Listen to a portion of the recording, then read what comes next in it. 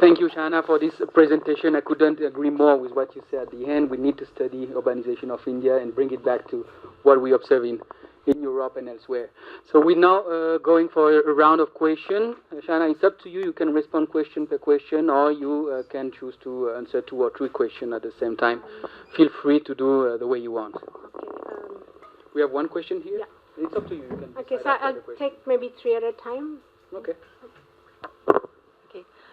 My name is Kanchan from School of Planning and Architecture. So you talked about why do we need new concepts and theorizations. I was just thinking that Ananya Roy already talks about informality from above, and she talks about Jugaad urbanism. I'm just curious to know how you're building on that work, or you're going to take that forward, or is your conception something new? And also about Solly Benjamin's occupancy urbanism. Where is the convergence with your work or divergence? I mean, if you could shed some light on that. Marie-Hélène, and then we have 1 question at the back. 3. Oh, yeah, we're quite used to that. No, it's, thank you, Shana. I think it's very interesting. My first question is about, some other work on Jugaad, which is, Joregi, Beatrice Joregi, who's worked on Jugaad, but she looks at it, as you said, more from what people do, not from the state perspective. But what I find very interesting in your work is how people use the term all the time. So one of my questions is whether, which is absolutely not a problem, is you've constructed the idea of the Jugaad state, or at the same time you heard many people within the state using that term or not? Because in the popular, setups, people use it, but do people use it in the state? And if not, do they use some other term to describe the kind of phenomena you're talking about? My second question is, I need my glasses. The Jugaad state you describe is the state with the big, how do you call that, big S. My question is, how is the Jugaad hitting the neighborhood? Because in your example, and I'm sure that's not how you conceptualized it, but the 2 or 3 examples you've given are always in informal settlements, or slums, or cut-up dates, which means, it means almost like if Jugaad is the state operating in poorer settlement or informal settlement. I'm sure this is not how you envisage it, but can you give us an idea of whether the Jugaad state operates differently, especially in the city, rather than the city as a abstract... And the third one is, at one moment you said the state doesn't see or see partially, and how is this different from people who are, let's say, not talking about urban theory, but political scientists talking about failed state? How do you place your Jugaad between a failed state, a developmental state, or the larger political theory on state? Okay. That's all. Right, to begin with, Ananya Roy, and so as I said, I argued against the state of exception, and to me, it was sort of inexplicable to me that a concept that is initially created to describe Nazi Germany and then applied to the Iraq War and these kinds of, and it's a sovereign legal concept, and that's also, I mean, at one level, and it's based on a certain relationship between the state and society, which you had in Europe. We don't even have this relationship. So I think it's an example, and it's become very widely used to describe all kinds of things, and it doesn't really, it kind of assumes that there's a centralized state objective that it's achieving through all these. And then the idea that, yes, so, there's a long literature before Ananya Roy on how informalization works for the state. But when she argues that it allows the state to achieve, say, future-proofing and development goals, the example she uses is one that can be very easily explained as pure corruption. It's a real estate thing, like Donald Trump does that. It happens everywhere. And it's not clear how an informalized state is able to pull together to achieve long-term goals, given our whole understanding of how the state works, or the fact that in India it doesn't necessarily do so. There are times when it does. Most of the time it doesn't. And we don't have a full understanding of when and why this happens. Yeah, so I don't particularly build, and like I said, there needs to be more debates across concepts. You can't just have one. Right now you see everything from SEZs to these, random plan rule exemptions and corruption gets described as this. Then, so Maria Ellen's questions, so I think a lot of the other literature on Jugaad does use the word in the term that people themselves understand it and use it. State actors, no, I've never actually heard a state actor use the word Jugaad, and they probably wouldn't, because again, in popular conception, it's not something, and if the state does it, it would be a very bad thing. But they've used other words, like one of the words is tact. So there's a certain level of tact required, of being strategic, of this has to happen. So they rationalize it in similar ways, but the term isn't actually being used in that way. So first I'll answer the question about how political scientists used it. So that the Jugaad state is not a failed state. It is very present, and it's not that it doesn't see. It's very aware of all these things, and there's some kind of strategic, rational decision making behind why things are mostly tolerated and occasionally not. There's, like I said, the kind of basic. Measure of state capacity in terms of its revenue extraction, it's very good. And then you'll find that, like, when you look at the different records of different state actors and whatever, there's, again, this kind of big picture state as a whole, the records don't converge and whatever, but there's, so, I mean, these are practices that allow it to maintain control. Bombay is not a city that is out of control. There's a lot of stability in the informal economy. That's why these transactions happen. And so the kind of whatever paperwork they have would or their ways of counting and things kind of make sense for them, just not getting channeled up. So it's, a lot of the time the recording is partial. So it's it's a bit off. It's not completely unrecorded. And then the neighborhood level. So. So there's a lot of these practices that are happening pretty much everywhere. So so you look at like a formal restaurant in Mumbai, for instance. If you have gas cylinders in the kitchen, there's a certain number of gas cylinders you're allowed to have, and they have to be outside. So I think the number is 2 or something. So then you'll have negotiations of, so the gas cylinders are almost always inside because there's not a lot of space. The number that they allow, and there'll be kind of a range. So they'll be like, okay, you can't have 16, you can have 8, or you can have 4 or something.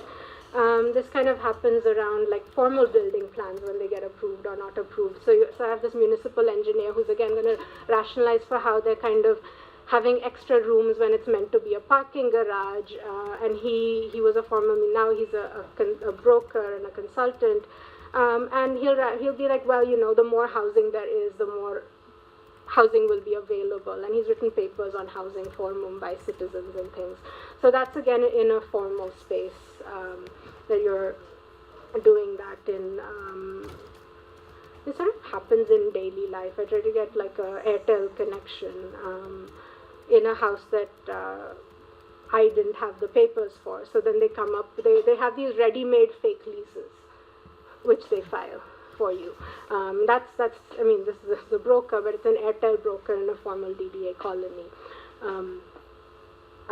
But to the further detail of how is it different in different neighborhoods, that's not something I've looked at here, but I think it's definitely something that further research needs to be done into. One is it's kind of easier to formalize stuff that looks more formal, for instance. Like a colony like Scenic Farms or something, even if it's illegal, if it meets other sorts of standards and what the state understands as formal, it's more likely to formalize that. And then there are also, like, once in a while there are these kind of demonstrations where the state shows that it's also taking action against the rich, like that kind of Campa Tower, I think, in Mumbai, for instance. So, once in a while it may also do that. Yeah, I think I've answered this set of questions. Do we have one more question? Do we have others? Okay, please. Thank you for the presentation.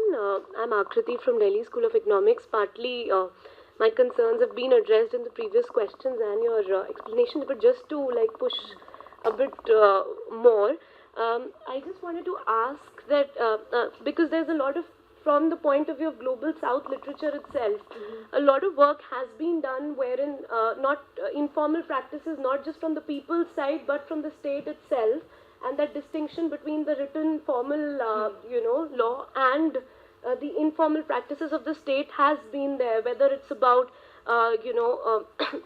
shadow state, the idea of the shadow state, or even the idea of occupancy urbanism, how that is also deeply embedded.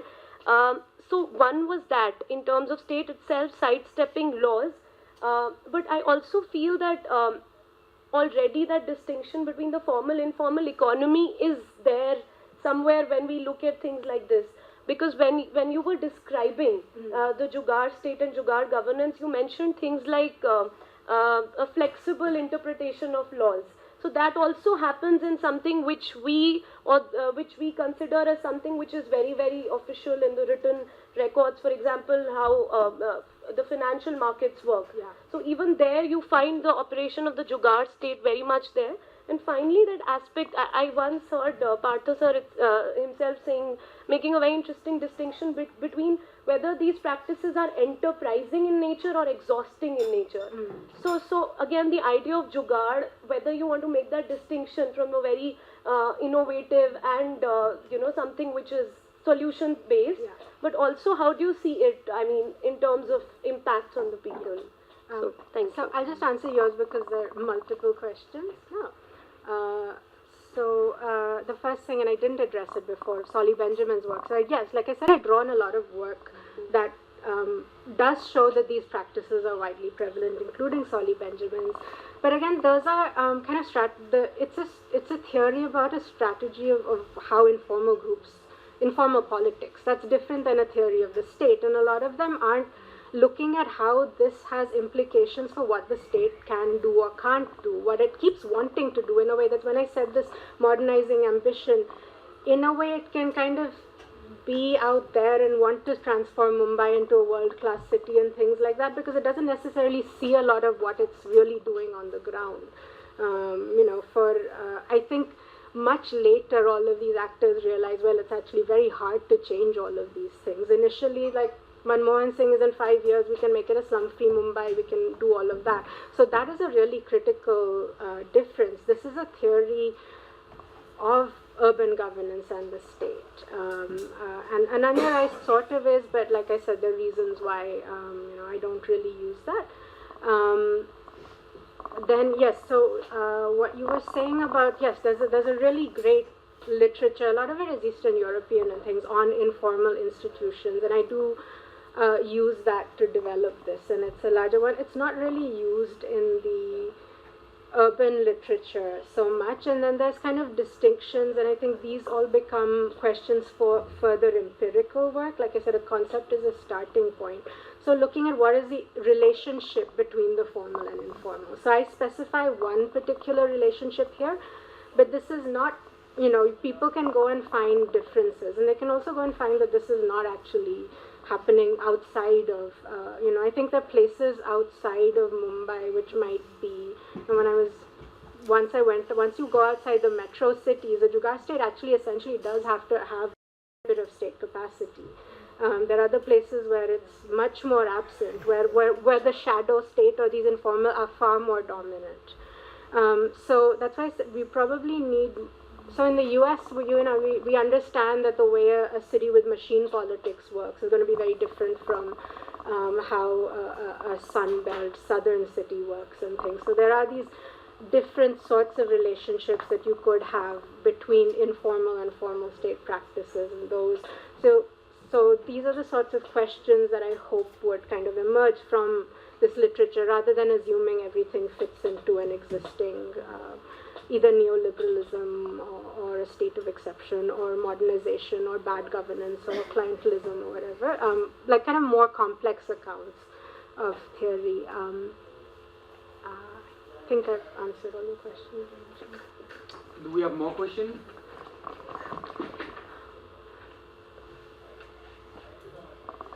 No? I think was thinking about tacitness of Jugaad. Oh, my. So, So one. Shara, a number of things actually, because it's such a. So let me begin by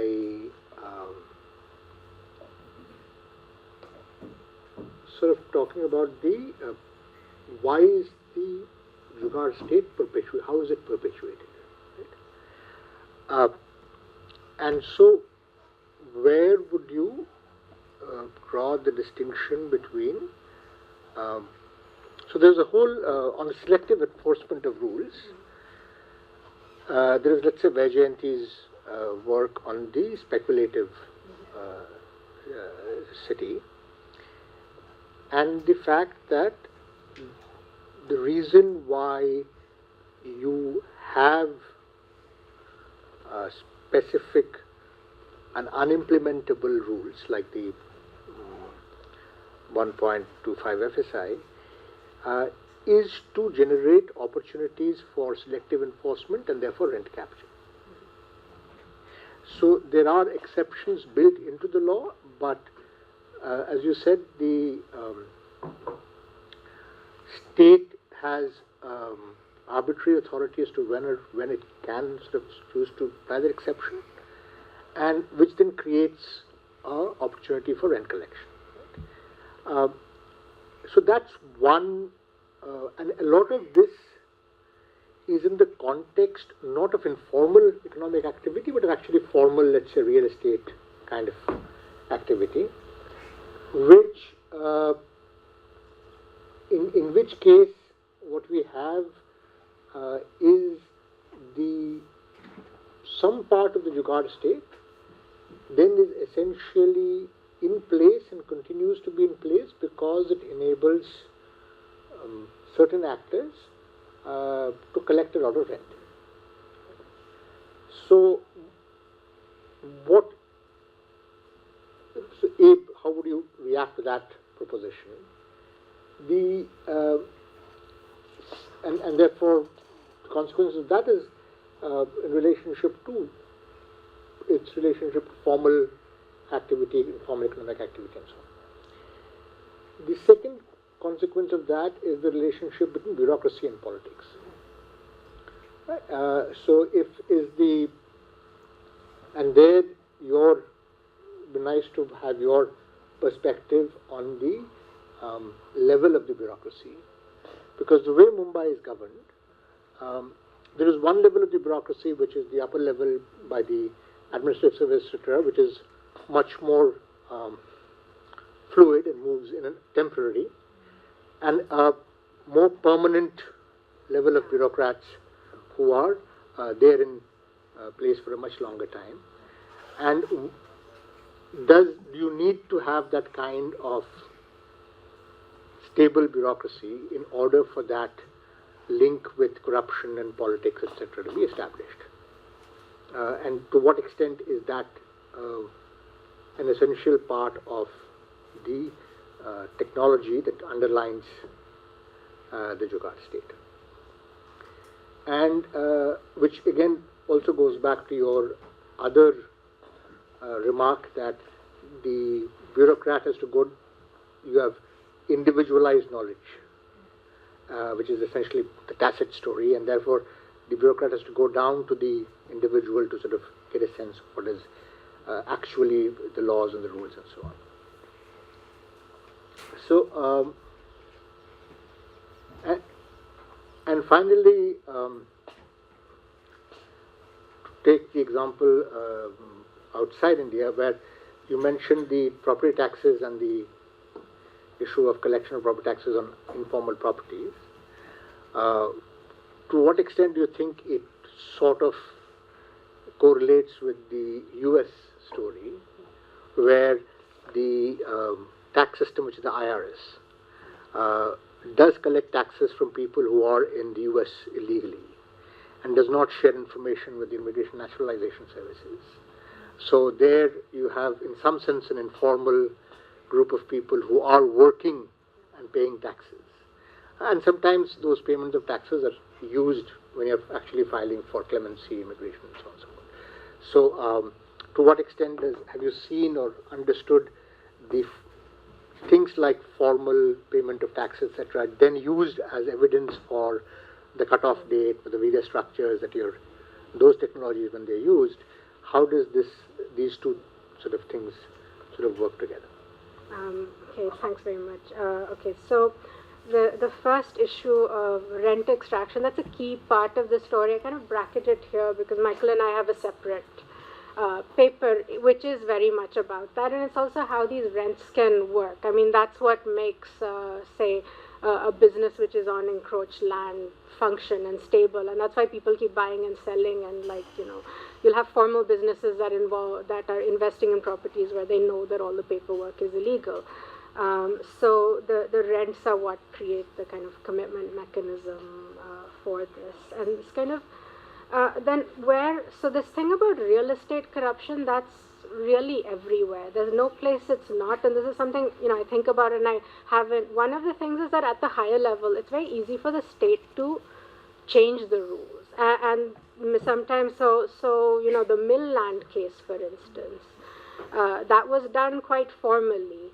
But what happens here is that there is, I have a quote about the kind of the implementation of the Urban Land Ceiling Act, for instance, which was not implemented, about how everyone, whether they had the authority to or not, was giving exemptions. So what I'm saying is, in this paper, what I'm trying to say is that there's a lot more to this than rent extraction, and not focus on that. And then rent extraction, it will happen whether it's formal or informal. I think in any system where there's probably a lot of urban growth, where there's real estate, it's just kind of endemic. And maybe what's more interesting, like now you have these new real estate regulatory laws and things, and it's something I'm kind of writing about in the larger book, looking at, so real estate in India is a largely non-corporate sector, and they have particular kind of links throughout the state, and then you have the corporate bureaucracy, which has links, which has these formal links, and they're trying to work by changing rules whole scale, and that kind of ends up benefiting them as a group. And then this is more of an analytical distinction. There's some players who have feet in both, but real estate, it is very much centered around this think of the exemption, because the high price of land and housing and things is really because there is such a restricted supply. So I think that is actually true. So in some ways, they're much more likely to want to have a special, to be the one person who can go and build this house, or the one person. And then, so one of the things is like TDR, for instance, depending on who you are, you're able to use it quite differently. So in a way, and it works the same way. So there's this like really interesting article on Trump and his real estate empire and things, and how it was very much based on, again, networks at particular levels of the state. And there's a book on Bloomberg's New York, which is looking at how there's this change when Bloomberg comes in. So these kind of a lot of the local real estate bigwigs that have links in a same way as Bombay, in a way, like links through the states, and because real estate rents are kind of distributed far and wide. And then you have Bloomberg, who comes in, and he's kind of this big corporate actor who wants to root out certain forms of corruption. He's got much more kind of global networks. His relations are with Silicon Valley firms and things. So there's a bit of an interesting parallel there. But I haven't fully figured it out. That's something to be addressed more in the book. In terms of bureaucracy and politics, again, that's something that I was looking through a lot of the kind of political science, policy literature and stuff, and it's not, there isn't that much stuff in it. A lot of the work on the state assumes is the same, and then the other thing I realize when people say that something is advantageous for the state, often it's advantageous, say, for particular political actors. It might not be advantageous for the state bureaucracy. So this, this distinction is important. It needs to be part of the story, but I'm still kind of figuring out how. And another part of this bureaucracy versus politics thing is also this distinction between law and policy, right? And like where, politicians have influence on laws. When you're governing more through policy and through law, like the way in which politics affects policy becomes much more complex, not the way in which we typically understand that elected lawmakers. And in Bombay, there's an additional layer of complexity because the local elected representatives have very little power. So they're kind of working on the implementation of law with whoever they have access to. Again, and this is where the story of the different levels, and Solly Benjamin has written about this, right? Different groups have access and they intervene with different levels of the state.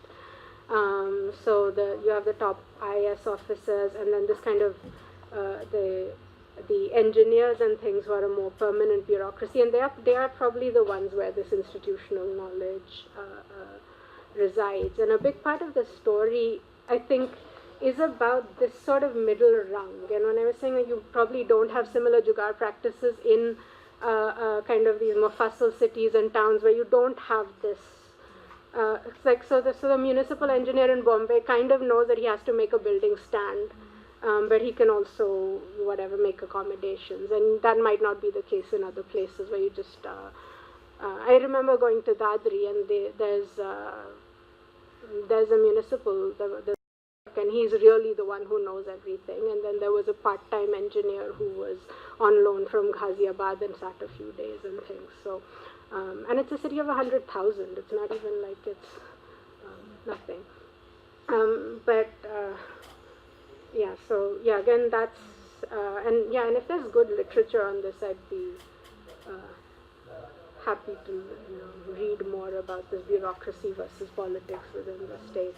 And then property taxes. So one of the things is that I guess that's why I had this the last question about, is this actually an enduring aspect of governance, or are there ways in which through these. So I think there was somebody who I spoke to at the jobs conference about how the GST has actually brought a lot of formal firms under the GST and under the tax net, and then things like Uber and Ola are also doing the same. One of the things is the IRS's tax system. That's the federal state. So there are different levels of the state. I don't know if, I guess you don't have illegal properties, but so a lot of other places are far less rigid about, because they don't necessarily consider them, this is not the US so much, but kind of small informal businesses in the UK that are still paying, that sometimes pay taxes and sometimes don't. It's sort of part of this. Sometimes they'll take payments in cash, sometimes they'll invoice, including cab drivers and things. So they're not necessarily outside the state. I think one is the scale, the number of informal, illegal immigrants is just not that large, even though they make it a big story. There are issues now where there is an enforcement drive. So businesses get raided on whether they're actually hiring them and things. It's because they're often paid by formal companies, even if they themselves are illegal. And I think it is probably true that they do use these in hearings and things. And again, it depends on the ideology of the government. Like, I think this government is not going to let that pass. Earlier, it probably would be used to make a case that they can, get citizenship. I think this is an interesting question about whether it matters if something is formal or informal. And when I'm saying formal, it's not just small businesses and things, it's anything that it's kind of, there is a formal rule and policy and it's not really adhering to that. Just to take one, since you mentioned the GST. So let's assume that the GST is, for whatever reason, the way it's formulated is quite enforceable. And therefore, just as a model example, all the businesses in a city do actually register for a GST, right? The counterpart of that is under the property system, a large number of properties would have to have commercial status because they're conducting commercial activity. In principle, therefore, if the state wanted, the state knows how many GST returns have been filed from X town, and the city knows how many commercial properties are there. And you could, in principle, sort of match these two databases to then go back and increase the tax base of commercial properties. It could also be used as a negotiating tool where the state wants to, as an opposition local government, it might want to say, let's go ahead and do this, why aren't you doing this, whatever the way it is. Do you see that as, do you see these as, because I'm not sure how critical the selective enforcement is to your definition of a Jugaad state. Do you see these as examples of a Jugaad state, or do you see these as the deliberate ignoring or selective usage of such information? As you said, when you looked at the park, I know that the park is illegal. The thing is, when do I choose to actually take action based on its legality or illegality, right? So, is this purely just a matter of, because one simple thing would be, the bureaucracy always wants to take action, it's constrained by the political power of that particular story. Whenever the political power moves, the bureaucracy moves again, and then political power comes back. That's one view. Obviously, that is not a good description based on what you had said. So, where do you see this intra-level politics? You mentioned the Milllands case is another particular story in which the local government had a particular resolution and the state government then had a very different resolution. Where do you see the role of these different levels of state play out in your Jugaad story? That's kind of a huge area that one needs to kind of, I think, analytically sort of think about. So there's, you know, when, on the one hand, when there's selective enforcement, it's not necessary, okay, one is why aren't the rules changed? Say, for instance, with the property taxes, like you said, they could very easily figure out where there is a commercial business and things and change it. So now there's kind of two imperatives. One is to like let all these commercial businesses operate even in areas where they're not meant to.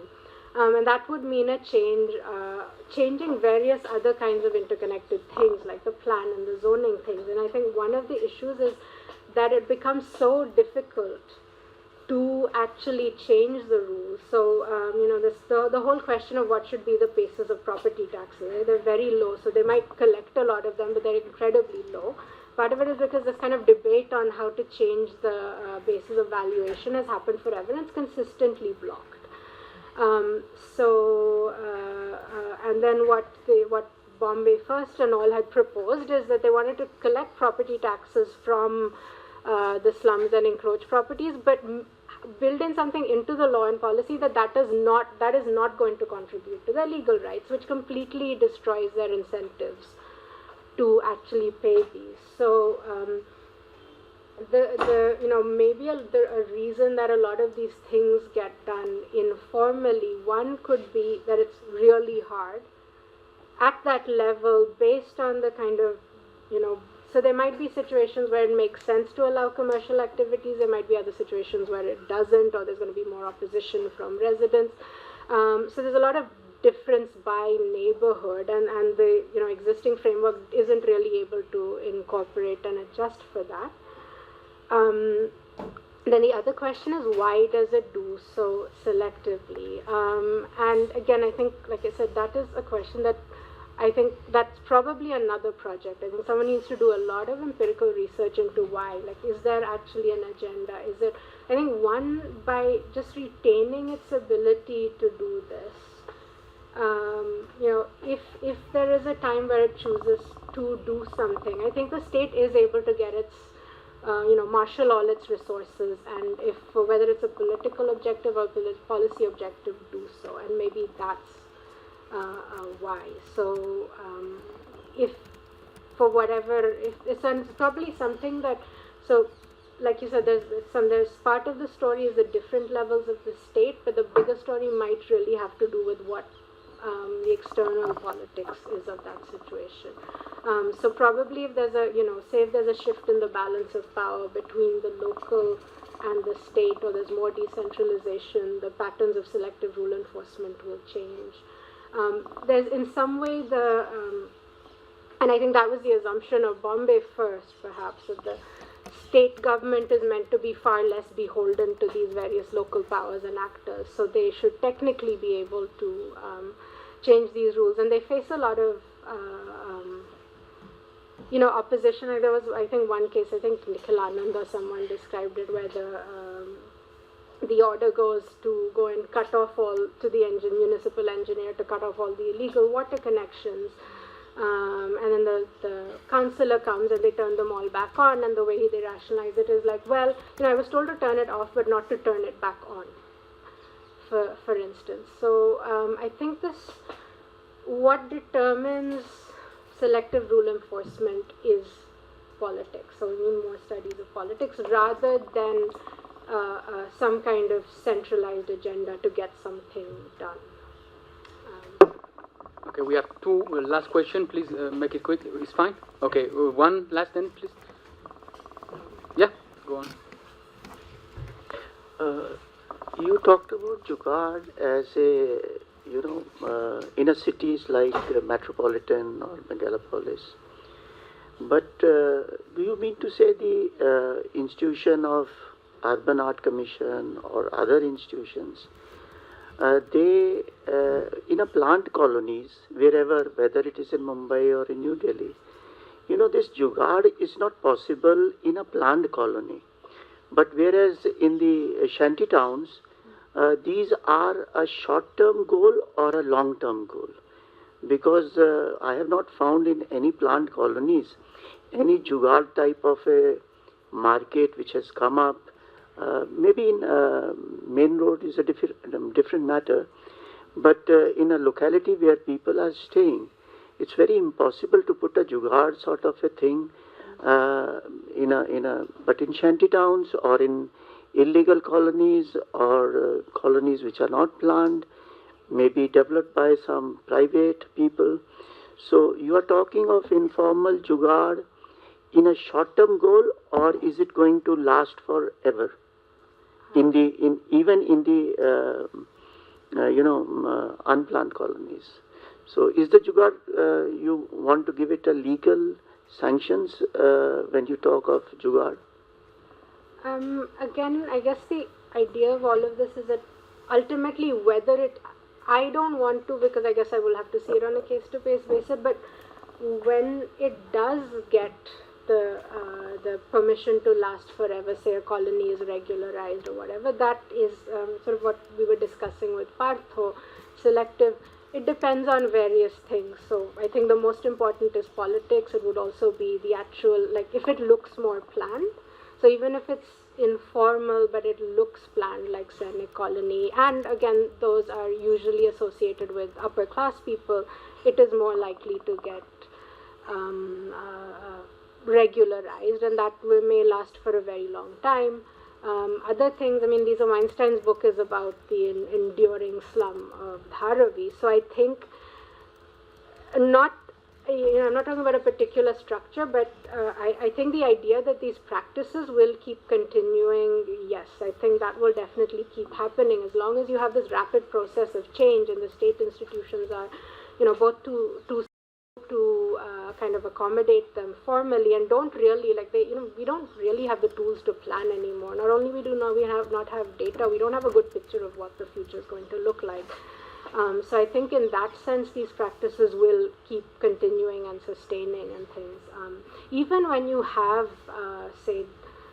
even when society does become more penetrable or surveillable or whatever by the state, because might not know what to do about it. Like there still won't be jobs, for instance. Then, yeah, in terms of is there Jugaad in planned colonies, yeah, I think there's quite a lot of it. Like you have in lots of informal shops and garages. I live in a DDA colony.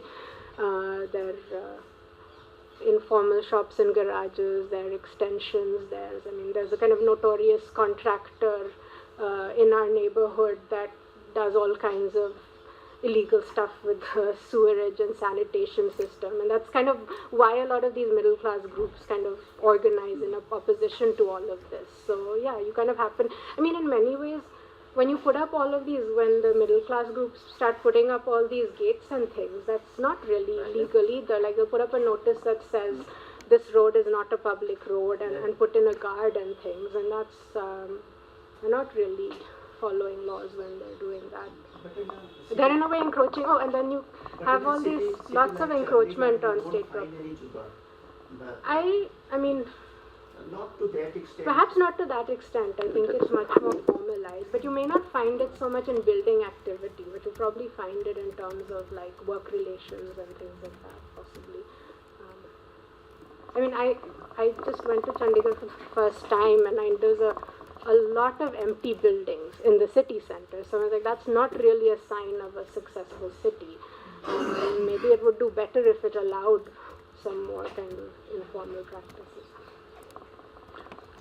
Okay, thank you so much, Hannah. Thank you for your participation. Two announcements to close this workshop. So since the next CPR-CSH workshop is supposed to be held on 25th December, I have the regret to tell you that it's going to be cancelled. The second one is that not taking place, yeah, indeed.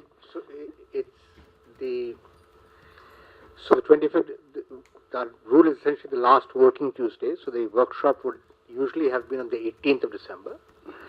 The 18th of December, there is actually an urban panel, which is going to be there as part of a conference that CPR is organizing. So there will be invitations going out, but since it's part of a conference, there will be a first come first serve registration story. Similar to what happened with the 104th workshop, but so if there is sufficient interest, then we can try and see if we can do off-site telecast of the panel if there are too many people who are trying to register and we can't accommodate them. So that's the 107th will be part of this quote-unquote conference that CPR-CSH. Okay, but we'll keep you updated on that. It will be in the mailing list. The second announcement is that from January to March, till March, CPR-CSH workshop will be held at the French Embassy at CSH, and we are very glad to welcome you there. Thank you. Thank you. Thank you.